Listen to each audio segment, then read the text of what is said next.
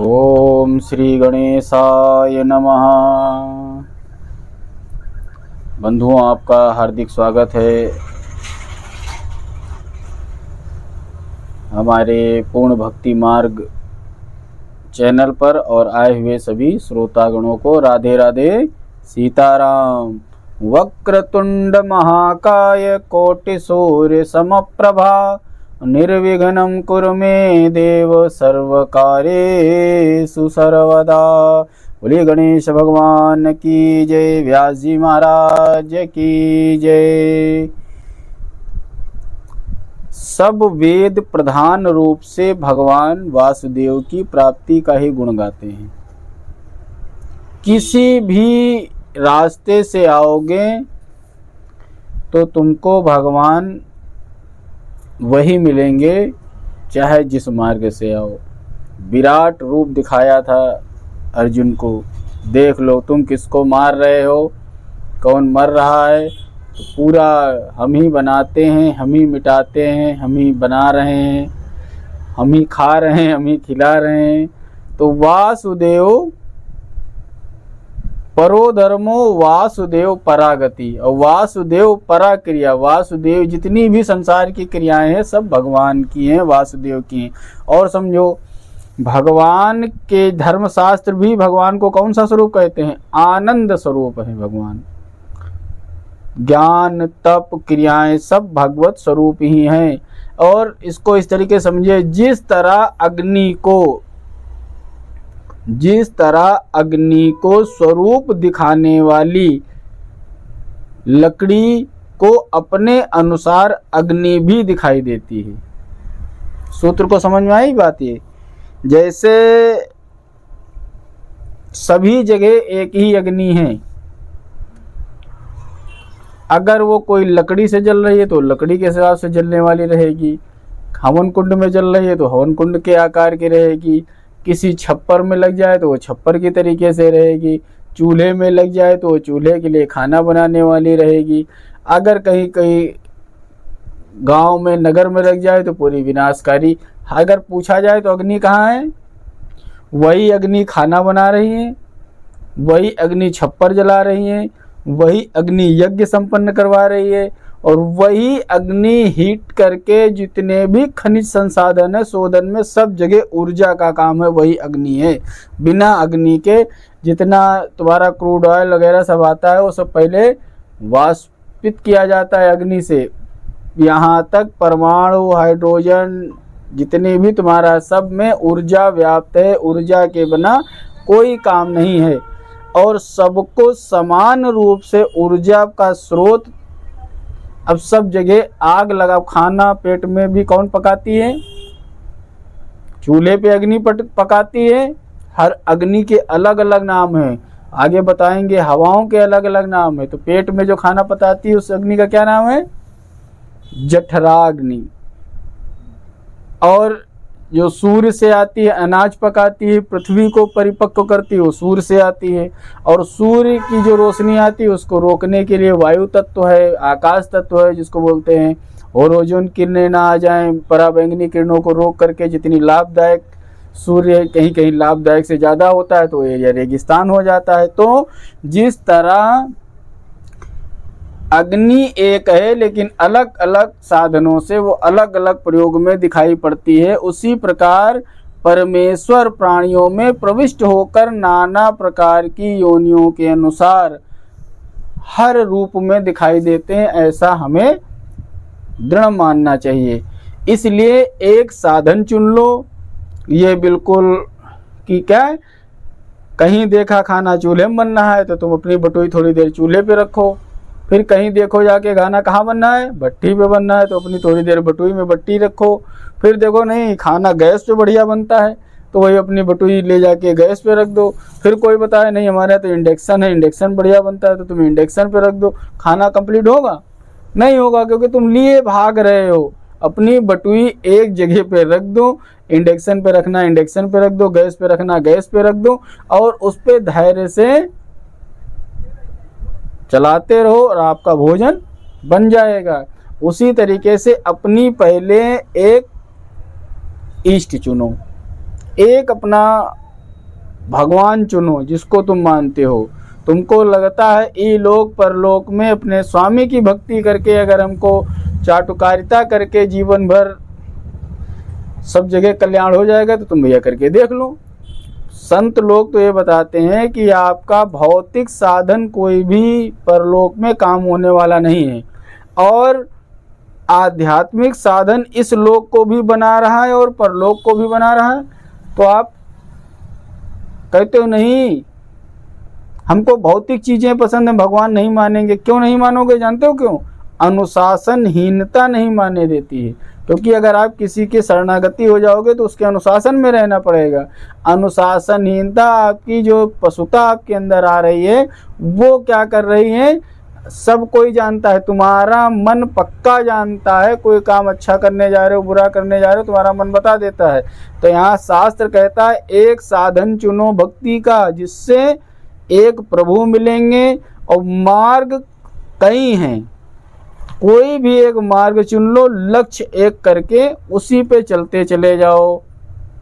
भगवान श्री कृष्ण शब्द स्पर्श रूप रस गंध श्रोतादि इंद्रियां मन व सत्वादि भावों से उत्पन्न किए हुए 4 प्रकार के शरीरों में और शरीरों के अनुसार उनके अनुरूप विषयों का अपनी इच्छा से उपयोग करते हैं। यहाँ पर जीव भगवान को कैसे ज्ञान से समझो, भगवान को जानने के लिए ज्ञान लगाओ। ऐसे नहीं बता दो कोई लाए और कपड़ा उड़ा दे मील के पत्थर पे और 4 जगह सिंदूर लगा दे माला चढ़ा दे पूजा करो ये भगवान है। शास्त्रीय देखो ये गर्भगृह है, प्रतिष्ठित है, किस जगह से उत्पन्न हुए इतिहास समझो। हर व्यक्ति 4 लोग जिसको कहते हैं ये भगवान है और तुम मानना शुरू कर दो, ये नहीं, शास्त्रोक्त जिसे शास्त्र आज्ञा देते हैं। यहाँ हमारे यहाँ क्या होता है, शाम को फोन आ जाए नानी कहीं ने गरी खवाओ शक्कर, नहीं तो लड़का सवेरे पत्थर हो जाएगा, तो हम लोग गरी और शक्कर खिलाते चले जाएंगे। कुछ लोग पार्ले जी खिलाएंगे अपने लड़के को बचाए हैं। अफवाहें सुनी नहीं सुनी, गरी खिलाओ तो बच जाएगा वो कर। तो भगवान को पाने का मार्ग क्या है, केवल भक्ति है। तो अब अच्छा एक बार और समझ लो क्या है भगवान। जानते हो 4 प्रकार से कैसे लोग पैदा होते हैं? हमारे यहाँ 4 तरीके से ही जीवन आरंभ होता है। कैसे? पहला, सबसे पहला जो है माना जाएगा, कहा जाता है अंडज। पहले सबसे पहले अभी सृष्टि बनी, जल आया, तो सबसे अंडज जो अंडा फोड़कर पैदा होने वाले जीव हैं, उड़ने वाले। दूसरे कौन से ये कहे जाएंगे? पक्षी हैं, अंडे से होते हैं। और दूसरे कौन है? श्वेतज, ये तुमको जान नहीं पाओगे कब पैदा होगा। कौन? श्वेतज जो होते हैं पसीने से उत्पन्न होते हैं। ये जल में कीड़े हैं, काई जमेगी, चुपचाप से निकल के तुमको लगे नहीं कहाँ से वो जीव पैदा हो गए, काई से पैदा हो जाएंगे। अब जानवरों के शरीर में खूब सेवा हो रही, देखोगे किलनी लग गई, जुएं लग गए। घर में कोई खेती करती हो, जुआ तो सबके, इसमें हंसने वाली क्या बात, सबके कभी ना कोई जुआ पड़ते हैं, लीक निकलती हैं। तो जो पसीने से पैदा होने बैक्टीरिया जिसको कह सकते हो, जो दिखने वाली बैक्टीरिया बड़ी जुआ। तीसरा कैसे पैदा होता है? जीव की उत्पत्ति है। तीसरा कैसे होता है? जरायुज, झिल्ली में। जैसे गर्भ में जितने लोग आएंगे वो झिल्ली से हैं। वो कौन बनेंगे? झिल्ली में लिपटे हुए पैदा होने वाले। इनमें कौन आ जाते हैं? इनमें पशु भी हैं, मनुष्य भी हैं। और चौथे कौन है? जो जमीन फोड़ के निकलते, एक जल में, एक पसीने से, यानी कहीं भी कायिक जनन, और दूसरा जरायुज यानी झिल्ली से, और उद्भिज। तो अंडज, श्वेतज, जरायुज और उद्भिज। उद्भिज कौन है? जैसे पृथ्वी को फोड़ करके निकलने वाले हैं। पृथ्वी से वृक्ष निकलते हैं, लता निकलती हैं, ये भी सब उसी के अंतर्गत आता है। और यही भगवान देवताओं को, ब्रह्मा को, इंद्र को तिर्यक योनियों में, मत्स्य, कच्छप और मनुष्य योनियों में रामकृष्ण रूपों में अवतार लिए हैं। ये जो चारों तरीके से भगवान अपने आप को विस्तृत करने लगते हैं। अब पृथ्वी पर अवतरित हुए हैं नाना प्रकार की योनियों में, प्रमाण दिया है। भगवान श्री कृष्ण की भक्ति भाव से, भक्ति करने से सभी दुख मिट जाते हैं। सौनको आचा, अब सौनक जी ने सूत जी से कहा, क्या कहा कि सूत सूत महाभाग बदनो बदनाम वरहा कथाम भागवतीम पुण्याहम यदाहम भगवान चुकाह। हे महाभाग सूत जी, अब हमें आप भगवान श्री कृष्ण की वो श्रीमद् भागवत पुराण की कथा में सुनाइए जो सुखदेव जी ने राजा परीक्षित जी को सुनाई थी। श्री सूत जी कहते हैं कि साधारण रूप से पुराण का अर्थ क्या माना जाता है? पुराना। आचार्य यास्क ने पुराण शब्द की निरुक्ति पुराणवम अर्थात प्राचीन समय में जो था वो आज भी नया हो, जो प्राचीन समय में नया रहा हो और आज भी नया हो, उसे पुराण कहते हैं। इतिहास पुराणानाम चा पंचमो वेदा उच्यते। छांदोग्य उपनिषद में इतिहास और पुराणों को पांचवा वेद कहा जाता है। संहिता वेद से पंचम वेद अष्टादश पुराणों भागों में भगवान श्री वेद व्यास द्वारा प्रणीत बनाया गया। सौनक जी बोले, हे सूत जी, इस पुराण की किस युग में और कहाँ किसकी प्रेरणा से रचना की गई? श्री सूत जी कहते हैं, माता के गर्भ में 12 वर्ष तक रहने के बाद जो सदैव एकांत सेवी थे, ब्रह्मज्ञानी, परमात्मा में चित्त लगाने वाले एकांत सेवी थे। या निशा सर्वभूतानाम तस्याम जागृति संयमी। ऐसे सुखदेव जी एक दिन नंगे शरीर ही जंगल की ओर भागे जा रहे थे। रास्ते में तालाब पड़ा जिसमें सभी स्त्रियां स्नान कर रही थी, और जब वे गए तो सारी स्त्रियां यथावत स्नान करती रहीं, कोई फर्क नहीं पड़ा। वो किशोर थे और स्त्रियों पर कोई फर्क नहीं पड़ा। अब उसी के पीछे उन्हीं के पीछे भागते भागते हे पुत्र करते हुए जब व्यास जी निकले तो सारी स्त्रियां जो है उठ के जल्दी से अपने ऊपर अंगवस्त्र कपड़े डालने लगी। तो व्यास जी ने पूछा, ये बताओ ये कौन सा ढोंग आप लोग कर रहे हो? हमको देख के कपड़े पहनने लगी और हमसे पहले अभी हमारा किशोर पुत्र गया है, उसको जो है देख के तुमने कपड़े नहीं पहने, और मुझ वृद्धावस्था बूढ़ों को देख करके आप लोग कपड़े पहनने लगी। स्त्रियां बोली, हे ऋषिवर, जो पहले यहाँ से होकर के भी गए हैं उनकी स्त्री और पुरुष जैसी भेद वृत्ति चित्तवृत्ति ही नहीं है।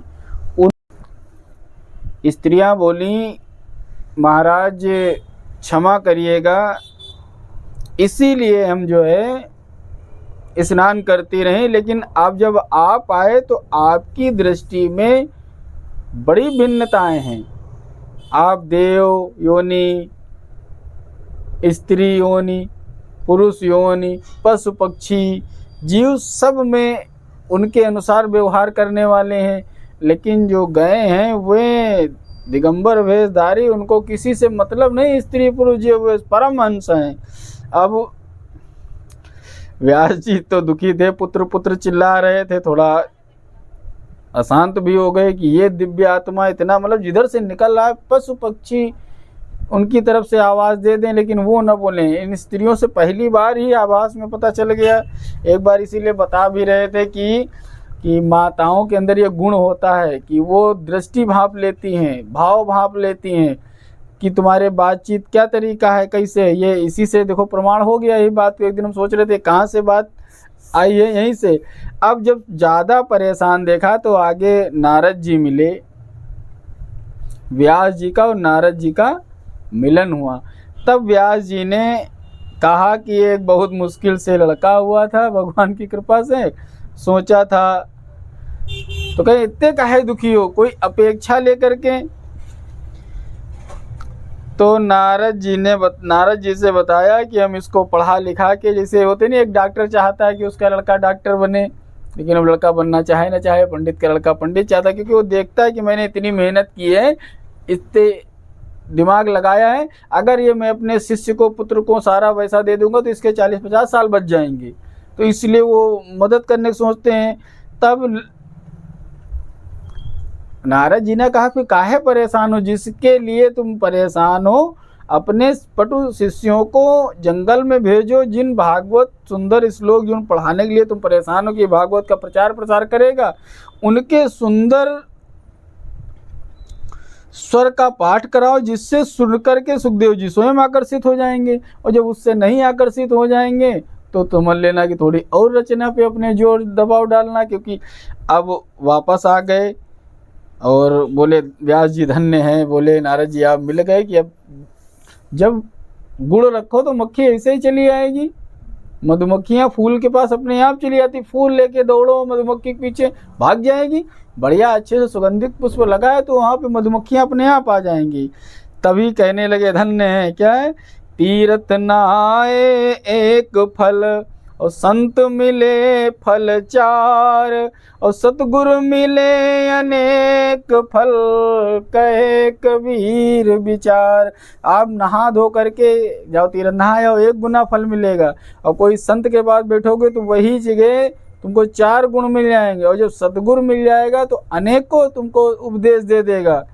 यहीं पर जंगल में अपने फिर क्या किया इन्होंने, अपने शिष्यों को बढ़िया सस्वर भागवत का श्लोक पाठ याद करवाया और वन में भेजे। और जब वन में शिष्य गए तो वे भागवत के श्लोक में भगवान की छवि का वर्णन करते हैं। वरापीडं नटवर वपु कर्णयो कर्णिकारं, बिभ्रदवासा कनककपिशं वैजयन्तीं चमालां, रन्धानवेणोरधरसूदया पूरयन् गोपवृन्देरिवृन्दारण्यं स्वपदरमणं प्राविशद्गीतकीर्ति। वरापीडं नटवरवपु कर्णयो कर्णिकारं, बिभ्रदवासा कनककपिशं वैजयन्तीं चमालां, रन्धानवेणोदरसूदया पूरयन् गोपवृन्देरिवृन्दारण्यं स्वपदरमणं प्राविशद्गीतकीर्ति। वरापीडम नटवर, जैसे कोई आदमी क्या लगाता है, आवाज लगाता नहीं कि सब्जी ले लो, टमाटर ले लो, भिंडी ले लो, या आओ मेरी दुकान पे आओ, तो भगवान के स्वरूप का उच्चारण शिष्य वन में कर रहे थे। भगवान की अद्भुत छवि है वराहपीडम। महाराज कह रहे कौन है भाई, कैसे देवता है, नट जैसा भेष बना है। नट जानते हो किसको बोलते हैं, जैसे जो नटराज, जो कलात्मक, कानों में बढ़िया यहाँ खूब बिंदी लगाए हुए हैं, बढ़िया सजे हुए हैं सांवले स्वरूपे, और कानों में जैसे काली चीज पे पीला पेंट लगाओ तो करिया करिया है हमारे कान्हा, और कानों में कर्णयों करने का बढ़िया, इसके कनेर के फूल दोनों कोचे हुए हैं, और टेढ़े ऐसे गले में वैजंती की माला पड़ी है, और ओंठों पर बांसुरी है, और गोप वृंद उनकी सेवा में रमण कर रहे हैं और स्वयं आनंदित हो रहे हैं। अब सुखदेव जी के कान में पड़ा कि ये टेढ़ा खड़ा हुआ कौन सा, ऐसा किस देवता की बात कर रहे हैं, इनको तो मैंने सुना नहीं। मतलब बस जिस निराकार के जो उपासक थे सुखदेव जी, तुरंत उनका आकर चित्त खींच लिया, इसीलिए बोलते हैं कृष्ण।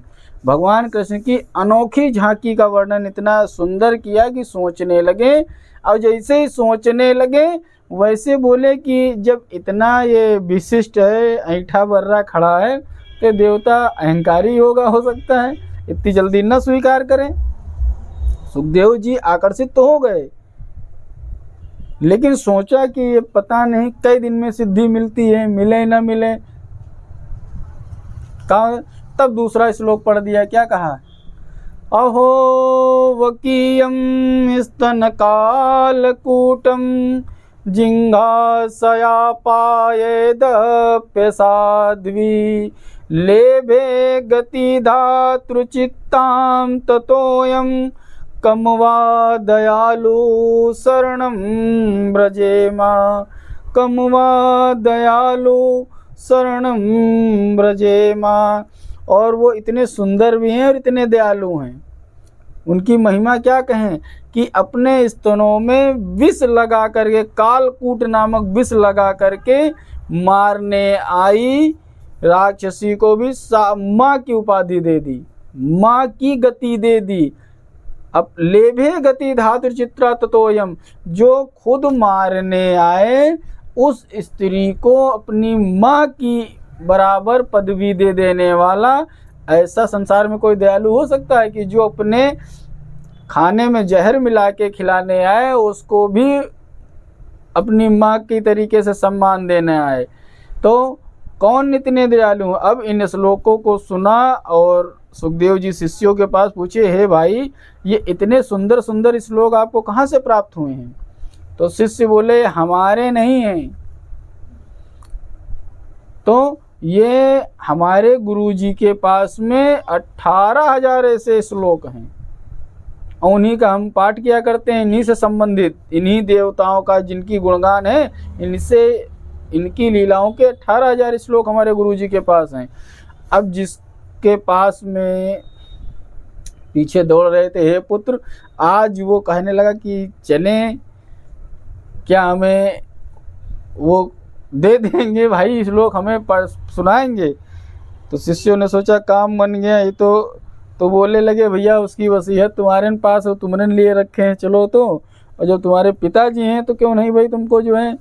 अब श्री यहाँ पिताजी की बात, अगर पिताजी अपने लड़के, यहाँ नारद जी ने देखो समझने वाली, किसी को जबरदस्ती कोई चीज़ करवाओगे तो उसकी रुचि नहीं आएगी। अगर वहाँ पकड़ भी लेते, कहते लो भागवत पाठ करो बैठ करके, तो सुखदेव जी को आनंद ना आता। सुखदेव जी ने खूब चिंतन मनन निर्गुण में खूब योग साधना कर ली, चित्त नहीं खींच पाया, और एक श्लोक कान में पड़ा, कृष्ण ने खींच लिया। अब वो स्वयं आए हैं कि पिताजी से अपने रिक्वेस्ट करेंगे, विनती करेंगे कि हमको आनंद रस मिल गया ना। तो जिसको रस नहीं मिलता है तब तक वो स्वाद क्या जाने पाए। जैसे हमें अगर कोई किसी से पूछा जाए विष का स्वाद बताओ कैसा होता है, कोई बताएगा? किसी से पूछा जाए भैया सारे स्वाद तो जानते हो या जहर का स्वाद बताओ, तो जहर का स्वाद कोई नहीं बता सकता। उसी तरीके से भक्ति रस में जो प्रेम का रस है वो दूसरे को बताने वाला हो ही नहीं सकता। वो वही है जो चखा हो, और जो चखा है और गुणगान कर रहा है वो झूठ बोल रहा है। जिसने चखा है वो बता नहीं सकता, और जो बता रहा है उसने चखा नहीं है। ये 100% है। जैसे कोई बोले कि बताओ जरा साइनाइड कैसी होती है, तो प्रेम को किसी ने साइनाइड भी कहा है। आत्महत्या करना, किसी से भक्ति करना, किसी से प्रेम करना, आत्महत्या कर लेना, अपना अस्तित्व मिटा करके ही। मीरा ने कहा नहीं है कि जब सब कुछ चला जाए, राजपाट इज्जत दान धर्म कुछ नहीं बचता है, तब जाके कहीं कान्हा का प्रेम बचता। किसी का प्रेम के पीछे अगर है तो जब सब कुछ बर्बाद होने के लिए, अब हम लोग क्या करते हैं, सोचते हैं क्षणिक कष्ट आया है और उसके बाद प्रेम आनंद आने लगेगा। राधा जी ने दिखा दिया, राधा जी ने दिखा दिया जिन सबसे पहले बात में ये क्षणिक नहीं है। हम सैकड़ों वर्ष तक, युगों तक इस आनंद का जो है आनंद ले सकते हैं। प्रेमानंद कभी समाप्त हो ही नहीं सकता है। वो नहीं कहीं कहीं वो रस है। जब हमको विराह में आनंद आ रहा है, वो हमारे साथ विराह में आ रहे हैं, तो हम उनके पास, वो स्वयं हमारे पास में रहते हैं। इसलिए जो कोई बोल रहा है, आज किसी से कहा जाएगा, ये बड़ी हल्की बात लगेगी। सुखदेव जी कान में एक श्लोक गया, टेढ़े से खड़े हुए हमारे नटवर लाल, और उनको देख करके उनके लिए 18,000 श्लोक पढ़ने के लिए पूरी ज़िंदगी खपा दो, कोई बात आएगी? जिस दिन उनकी कृपा होती है, वो एक शब्द में वशीभूत कर लेते हैं। जिनको समझाना होता है वास चले आए। सुखदेव जी बड़े विनती भाव से आए, व्यास जी बड़े प्रसन्न हुए कि चलो, नारद जी ने कहा था आज काम बन गया। अगर ये पाठ करेंगे, क्योंकि विशेष इनकी उत्पत्ति ही इसीलिए हुई थी।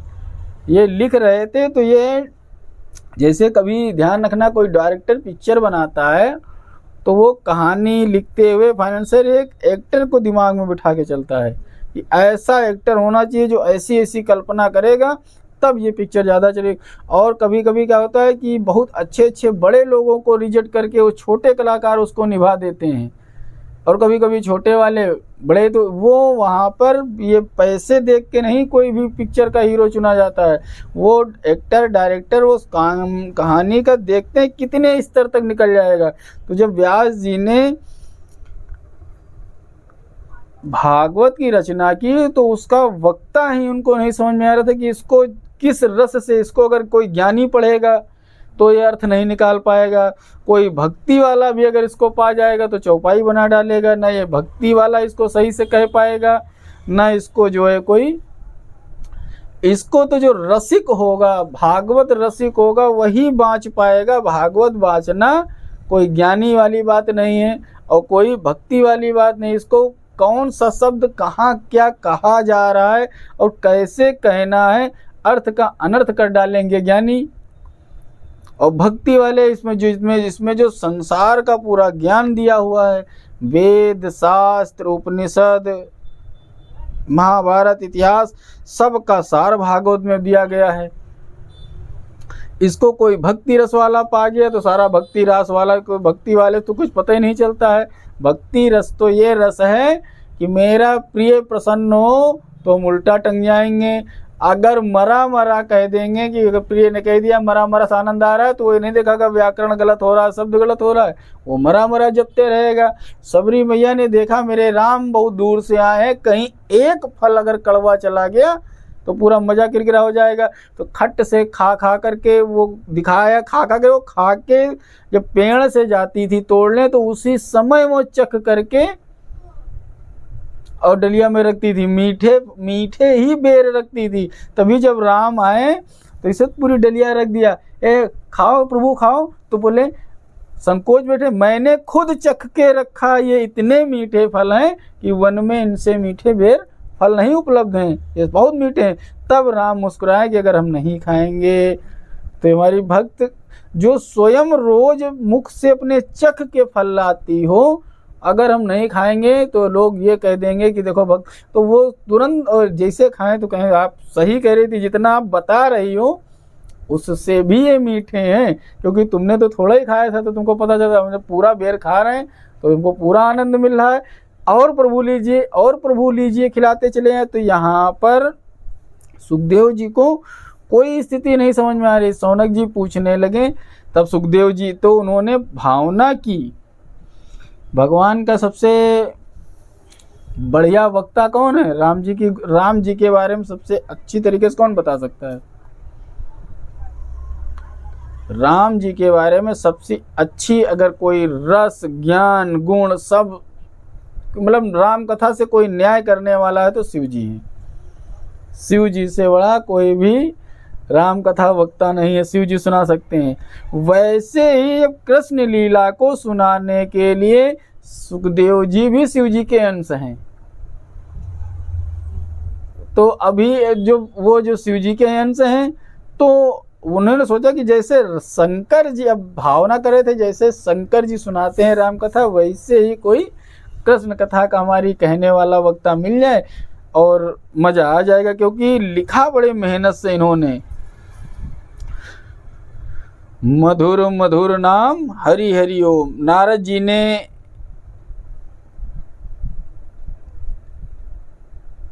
ही सलाह दी थी, बड़े खिन्न भाव से बैठे थे कि हमको आनंद नहीं आ रहा है। तो कहा था तुमने 17 पुराण लिखी हैं, सारी चीजें लिखी, लेकिन प्रेम लीला नहीं लिखी है, कृष्ण लीला के बगैर आपको नहीं आएगा। इसलिए नारद जी ने व्यास जी को सलाह दिया था।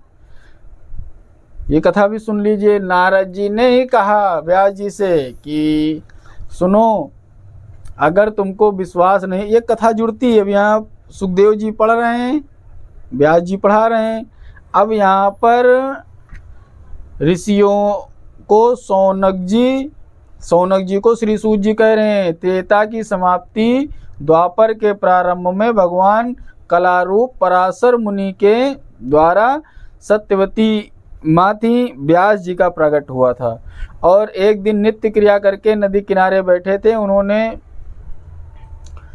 अल्पायु भाग्यहीनों को देखा, तो सबके लिए देखा कि क्या करेंगे कि ये वेद बहुत दुर्लभ हो जाएंगे कलयुग में, कोई समझ नहीं पाएगा, अर्थ ना अनर्थ हो जाएगा। इसीलिए उनके विच्छेद कर डाले, उनको टीका बनाना शुरू किया। सबसे पहले जो आज कानों में सबके जा रही है कथा, इसका मतलब ये है कि व्यास जी ने देखा कि अब 25 साल कोई गुरुकुल में रहे तब जाके कहीं वो वेद पढ़ के वेद का अर्थ निकाल पाता पूरा।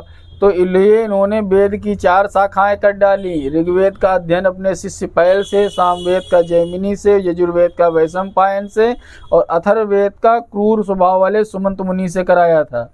और श्री सूत जी बोले मेरे पिता रोमहर्षण ने इतिहास और पुराणों का अध्ययन उनसे किया था। इसलिए जितनी कथाएं होती हैं श्री सूत जी रोमहर्षण सुनाया करते हैं। ये जो सुना रहे हैं इनके पिताजी भी सूत जी थे, ये भी सूत जी माने जाते हैं। लेकिन लोग उल्टा अर्थ निकालने लगे,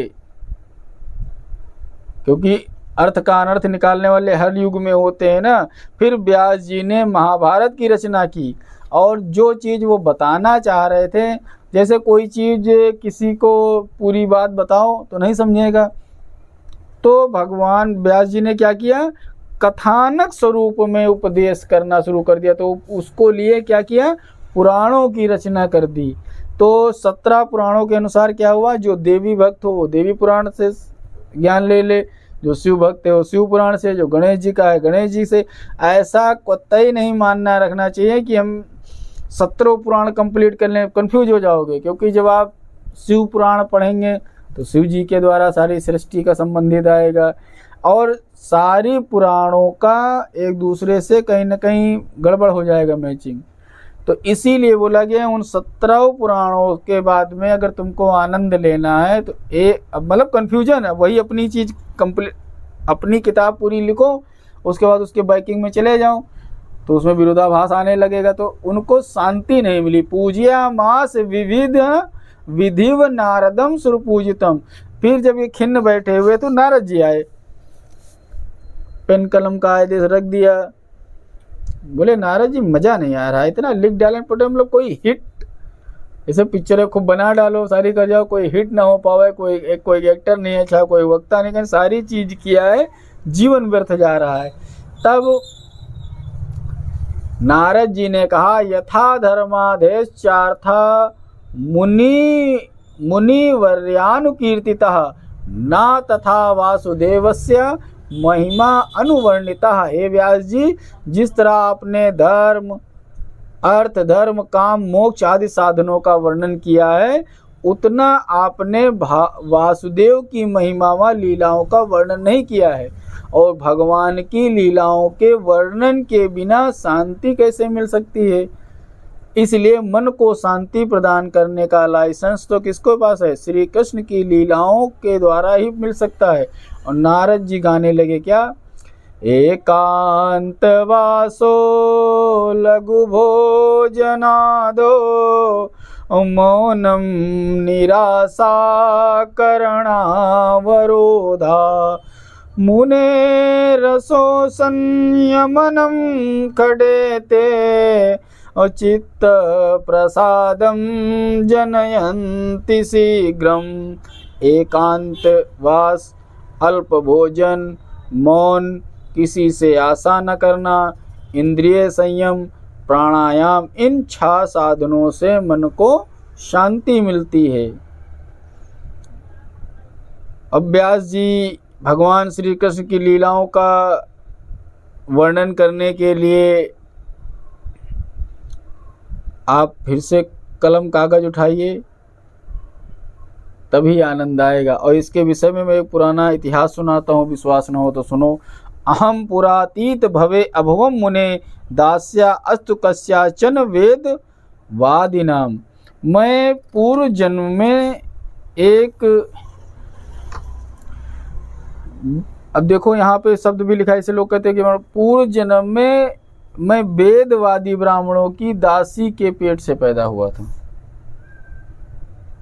और वहीं पर जब मैं बालक था तब मेरी माँ ने चतुर्मास करने आए मुनियों की सेवा में मुझे लगा दिया, क्योंकि हम थोड़ा चलने फिरने लगे थे, बातचीत समझने लगे थे। अब वे विरक्त संत मेरी चंचलता देखकर मुझसे बड़ा प्रेम करते थे। अब उन खाए पिए उठे तो कहने लगे अच्छा तुम वो खा लो आकर के। तो मैं कहते थे मैं उनका जूठा भोजन दिन में एक बार पाया करता था और भगवान के कीर्तन करता रहता था उन्हीं के साथ में बैठ के। ये ने वाहम भागवतो वासुदेवस्य वेदसाह, मेरी बुद्धि निर्मल हो गई। वही सत्संग सुनना, प्रसाद ग्रहण करना, और वो अन्न का प्रभाव ऐसा हुआ कि भगवत भक्ति में मेरा मन रम गया। अब उसी प्रभाव से मैं तत्वज्ञानी हो गया। और अब देखो सेवा करने से, खाने पीने सेवा करने से वही गुण आ जाते हैं। भगवान के यश गुणानुवाद करता हुआ और आज तक वही तत्व बना हुआ है हमारा। व्यास जी बोले फिर आपने शेष आयु कैसे बिताया जब वो थे? तो नारद जी कहने लगे सुनो, चतुर्मास तक तो रहे सारे संत लोग। चतुर्मास में 4 महीने उसी जगह रुक जाया जाता है, बरसात भर। उसके बाद फिर बरसात में यात्राएं संत लोग नहीं करते हैं। अब लोग जबरदस्ती लोग करते हैं। देखो सुनते हैं कहीं पहाड़ पे फंस गया, कहीं नदी फट गई, कहीं बाढ़ आ गया, तो 4 महीने यात्राएं वर्जित हैं शास्त्रों में। अब वो तो सब चले गए। अब मैं उनके, और मेरी माँ, हम इकलौते पुत्र थे तो हमको बहुत प्रेम करती थी। कहते हैं जब ये जाने लगे तब संतों ने रोक दिया कि तुम अभी रुको, तुम्हारी माँ है, तुम उनके द्वारा पालित हो, माँ को रहते हुए अब न जाओ। जब माँ अपनी जिम्मेदारियों से मुक्त हो जाना तब तुमको भगवान रास्ता दिखा देंगे।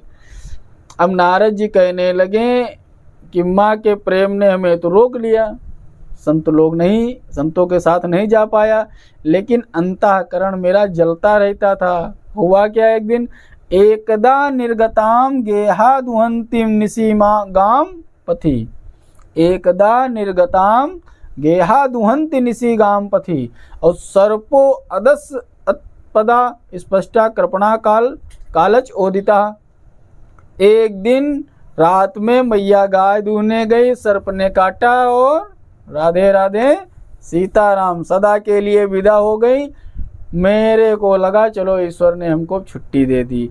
अब मैं माँ की मृत्यु के बाद उत्तर दिशा की तरफ जंगल में जाकर के भक्त युक्त जो भगवान का जो मनन करने लगा, ध्यान करने लगा, और उन्हीं के ध्यान में बैठा रहता कि जो हमारी कल्पना में आ रहा है, जो हमारी स्मृति में आ रहा है, वो हमें दिख क्यों नहीं रहा है। अरे देखते यही अभ्यास करते करते करते करते मेरे हृदय में भगवान की छवि एक प्रकट हुई, ऐसे होंगे और अदृश्य हो गए। अब मैं पुनः उस अमृतमयी बेला को पुनः पाने के लिए, वो झलक देखने के लिए, दर्शन के लिए छटपटाने लगा। तब आकाशवाणी हुई, हे नारद, जो तुमको दर्शन हुआ है वो मिथ्या नहीं है। तुम्हें अभी मेरा क्षणिक दर्शन हुआ है, लेकिन कुछ समय बाद जब इस शरीर को त्याग दोगे तब भी तुम्हें मेरी स्मृति बनी रहेगी, और प्रलय के बाद तुम पुनः जन्म लेकर मेरा सानिध्य प्राप्त करोगे। तत्पश्चात मैं सुदामा नामक पर्वत पर जाकर के भगवान के गुणगानों को गाता हुआ मृत्यु की प्रतीक्षा करने लगा। इसीलिए संत लोग दिन भर नाम जप करते हुए एकांत में बैठे रहते। जो कुछ मिले, कोई अन्य कर्म न हो जाएगी, जो उन गारंटी लिए हैं हमने संकल्प, कुछ न कुछ लेन देन हो जाएगा, गाली गलौज हो जाएगी, कोई शब्द निकल जाए, तो छुप के रहते थे पहाड़ों में कि ये शरीर छूटे, बस हमको वहाँ जाना है। तो बहुत दूर की बात है ना, लेकिन ये मृत्यु के बाद जब बहुत समय बाद मृत्यु हुई तो मृत्यु के बाद में भगवान का पार्षद बना मैं। और जब प्रलय का समय आया तब मैं ब्रह्मा जी के पेट में चला गया। और पुनः सृष्टि होने पर जब मैंने बोला था नारद जी 10 सबसे पहले ब्रह्मा जी की सृष्टि के जो 10 ऋषि हुए थे उनमें से एक पुत्र हैं, तो अन्य मारीच आदि ऋषियों के साथ मैं ब्रह्मा जी की गोद से पैदा हुआ। तभी से मैं नित्य भगवान का गुणगान करता हुआ बेरोक टोक विचरण करता रहता हूँ। सबकी तो 9 भाइयों की इनके शादी वादी हुई, सब कुछ हुआ, लेकिन हमने जो रस तब पाया था वो हमको आज भी याद है कि उस रस के आगे सारे सब आए गए चले गए। मैं ना कभी नष्ट हुआ हूँ और ना कुछ, जहाँ मनो वहाँ। नमो भगवते तुभ्यं वासुदेवाय धीमहि अप्रद्युम्नाय निरोधाय नमः संकर्षणाय च। भगवान की स्तुति करने लगे। शांताकारं भुजगशयनं पद्मनाभं सुरेशं विश्वधारं गगनसदृशं मेघवर्णं शुभांगं लक्ष्मीकान्तं कमलनयनं योगिभिर्ध्यानगम्यं वंदे विष्णुं भवभयहरं सर्वलोकैकनाथं। और बस हो गया सत्संग नारद जी का। लगा दिया एक भक्त ने दूसरे भक्त के छप्पर में, हृदय में आग लगी हो, छप्पर सब जल के खत्म होगा। तो अब व्यास जी को भगवान का ध्यान आया। स्मृति कोई आग का चिन्ह दे जाए अपने, देखो कैसे भगवान है वो बता दिया, स्वरूप बता दिया। कीर्तन करते हुए नारद जी कह के बस इतने गए, ए व्यास जी मैंने अपनी पूरी आत्मकथा बता दी, भगवान का साक्षात्कार बता दिया, और भगवान के नामों का गायन ही संसार सागर से पार होने की नौका है। और बीड़ा बजाते हुए, मतलब उन्होंने कहा जैसे कहा ने, शंकर जी का भी तो ये श्लोक है, हमें इस समय याद नहीं आ रहा है। जब भगवान को खोजने के लिए सब लोग चले थे, सारे देवता लोग, शंकर जी रास्ते में मिले, उन्होंने कहा मेरे मन में तो यही है कि भगवान सच एक भजन जगत सब सपना। ऐसे चौपाई समय मत भ्रम हो गई। तो शंकर जी ने कहा था कि भगवान को मेरे हिसाब से कुछ नहीं, सच हरि भजन जगत सब सपना, खाली हरि का भजन सत्य है, बाकी सब सपना है। यहाँ नारद जी ने वही कहा है कि नामों का गायन, यानी नाम जप ही भजन ही संसार पार होने की नौका है, बाकी सारी चीजें।